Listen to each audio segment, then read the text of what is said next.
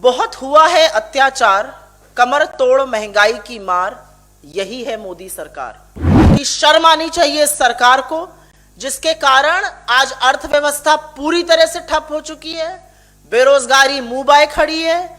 इन्हीं के कुप्रबंधन के चलते लोगों का वेतन घटता जा रहा है और अब आप लोगों पर कमर तोड़ महंगाई का प्रहार कर रहे हैं। अगर आज आप कहिएगा बाहर जाकर कि भाई पेट्रोल और डीजल के दामों में इतनी बढ़ोतरी हो गई और रसोई गैस में आपने आग लगा दी है, तो आपको आतंकवादी घोषित भी किया जा सकता है इस सरकार के कार्यकाल में।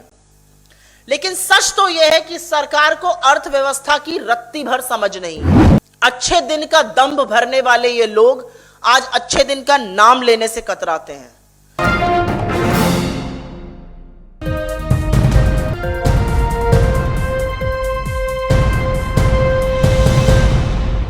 आप सबको मेरा नमस्कार।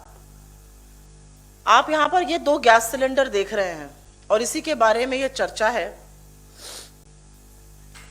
बड़े बड़े वादे किए गए थे, तो हम लोगों ने भी उस पर कुछ 2 लाइनें लिखी हैं, आपको जरूर सुनाना चाहेंगे। बहुत हुआ है अत्याचार, कमर तोड़ महंगाई की मार, यही है मोदी सरकार।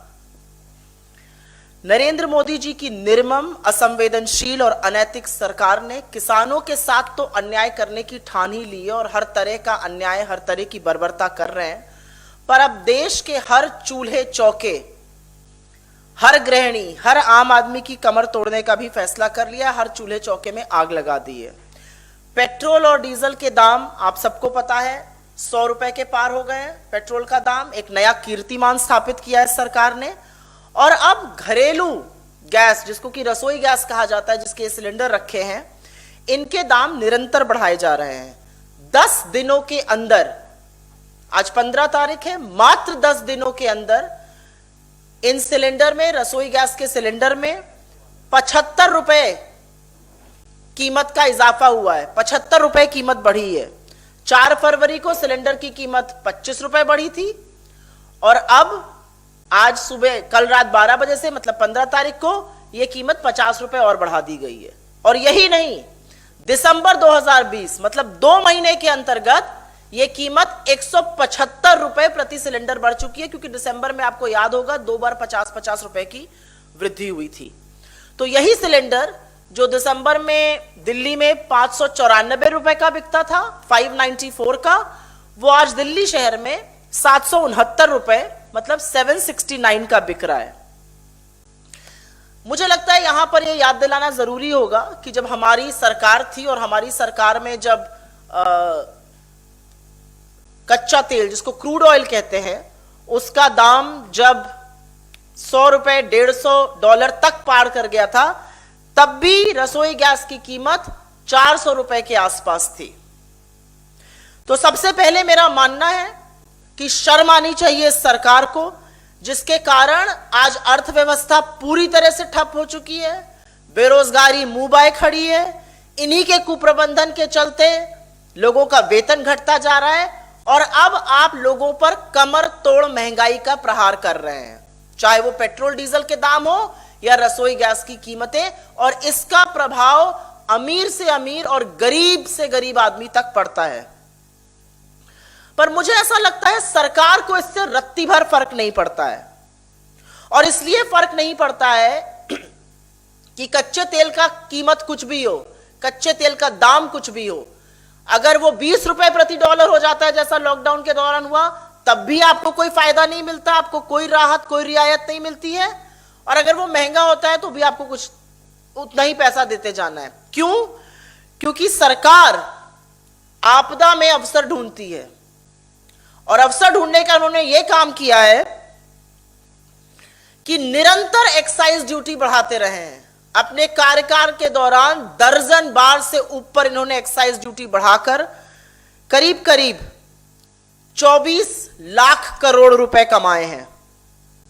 जो मेरा मानना है कि ये 24 लाख करोड़ एक्चुअली जनता का हक था। जनता ये नहीं कहती कि हम मुश्किल के समय आपके साथ नहीं खड़े होंगे, हम मुश्किल के समय आपकी सरकार के साथ खड़े होंगे, लेकिन जब कच्चे तेल का दाम गिरे तो हमें भी तो कुछ राहत मिलनी चाहिए।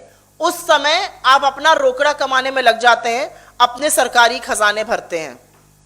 ये सरकार की ही दया है कि 100 रुपए पेट्रोल हो गया है। ये इसी सरकार का नया कीर्तिमान है, नया रिकॉर्ड है। और एक बात बतानी जरूरी है सिंपल शब्दों में कि इन्होंने एक्साइज ड्यूटी डीजल पर 8 गुना, लगभग 8 गुना बढ़ाई और पेट्रोल पे लगभग 2.5 गुना बढ़ाई। सीधे साफ शब्दों में जब हमारी सरकार थी तो डीजल पर जो टैक्स पड़ता था वो करीब करीब 3.5 रुपया प्रति लीटर था, वो आज बढ़ के 32 रुपए प्रति लीटर है। और पेट्रोल पर जो टैक्स करीब करीब 9 रुपए प्रति लीटर पड़ता था वो आज बढ़ के 33 रुपए प्रति लीटर है। तो सबसे पहले अगर आप वाकई में लोगों का भला सोचना चाहते हैं 1 मिनट को भी, तो अपनी एक्साइज ड्यूटी को ही अगर आप कम कर दीजिए, अगर आप इसी को 33 रुपए और 32 रुपए को ही वापस ले लीजिए तो बड़ी राहत मिल सकती है। एक और बात जिसके बारे में बहुत चर्चा नहीं हुई है और बजट में यह हुआ था, इन्होंने 4 रुपए का सेस डीजल पे और 2.5 रुपए का सेस पेट्रोल पे लगाया था और यह कहा गया था कि 2.5 रुपए का पेट्रोल पे 4 रुपए का डीजल पे लगाया गया था और यह कहा गया था कि इससे आम आदमी को फर्क नहीं पड़ेगा। लेकिन यह एक बहुत सिनिस्टर प्लॉट था। यह प्लॉट इसलिए था और मैं इसको कहती हूं कि यह षड्यंत्र इसलिए था क्योंकि यह सेस लगाया गया था, एक्साइज ड्यूटी स्ट्रक्चर को चेंज किया गया।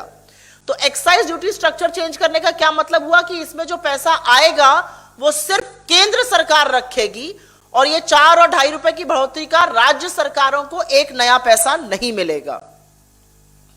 मुझे यह भी लगता है कि आज अगर गृहिणी, आम आदमी, बच्चियां, लड़के, लड़कियां कोई भी खड़े होकर सरकार के इस कुप्रबंधन पर सवाल उठाए तो सबसे पहले तो उसको एक तगमा दे दिया जाएगा कि आप देशद्रोही हैं, आप सरकार से सवाल पूछ रहे हैं।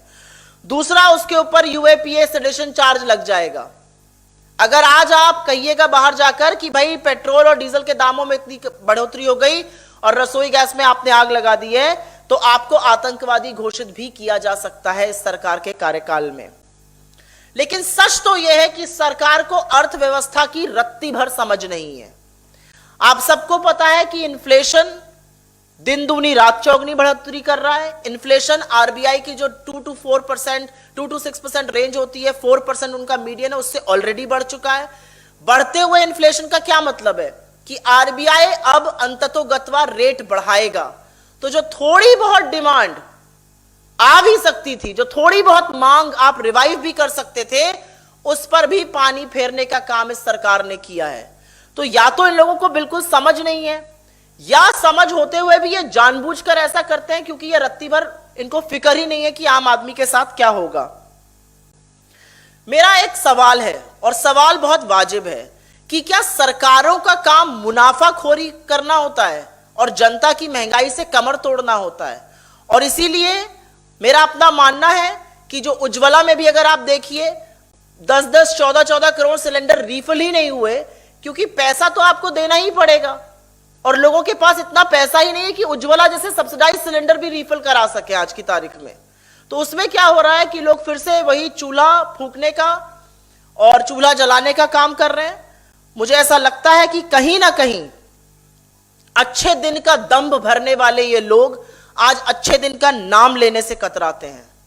और आप जानते हैं कि हमारी सरकार, चाहे वो राजस्थान में हो या कहीं और, हम लोग चुनाव का इंतजार नहीं करते। हमने टैक्स घटाए, जबकि हमारा राजस्व बहुत कम है इस समय, हमने फिर भी टैक्स घटाए। असम में जब चुनाव आता है तो टैक्स घटाया जाता है और अब आप देखिएगा कि जब तक चुनाव नहीं हो जाएगा असम में और बाकी राज्यों में, तब तक इस बढ़ोतरी पे रोक लगा दी जाएगी, जैसा हमने बिहार में देखा था। तो क्या चुनावों के चलते ही अब इस देश की अर्थव्यवस्था चलेगी? मुनाफाखोरी बंद होनी चाहिए। हमारी मांग है कि बढ़ी हुई कीमतों को वापस लेना जाए और हमारी मांग है कि जो एक्साइज ड्यूटी सरकार ने बढ़ाई है, जो मुनाफाखोरी सरकार कर रही है, जो आम जनता को प्रताड़ित करने का काम कर रही है, उसको तुरंत वापस करके जनमानस को राहत दी जाए। और मेरा एक और विनती कह लीजिए, हुंकार कह लीजिए, कुछ भी कह लीजिए, मैं एक सवाल डायरेक्टली सिर्फ प्रधानमंत्री जी से ही नहीं, उनकी उन महिला नेत्रियों से जरूर पूछना चाहती हूं जो सड़क पे उतर जाती थी गैस के सिलेंडर लेकर। आज 2 महीने में 175 रुपए सिलेंडर बढ़ गया है। तो क्या सत्ता का सुख इतना बड़ा है कि आम जनता की परेशानी वहां दिखाई नहीं देती? ये सवाल का जवाब आपकी अंतरात्मा देगी और आप सबको पता है मैं किसकी बात कर रही हूं। सभी अहम खबरों के लिए न्यूज MX को सब्सक्राइब करें, साथ ही बेल आइकॉन को जरूर दबाएं। लाइक, शेयर, कमेंट करना ना भूलें।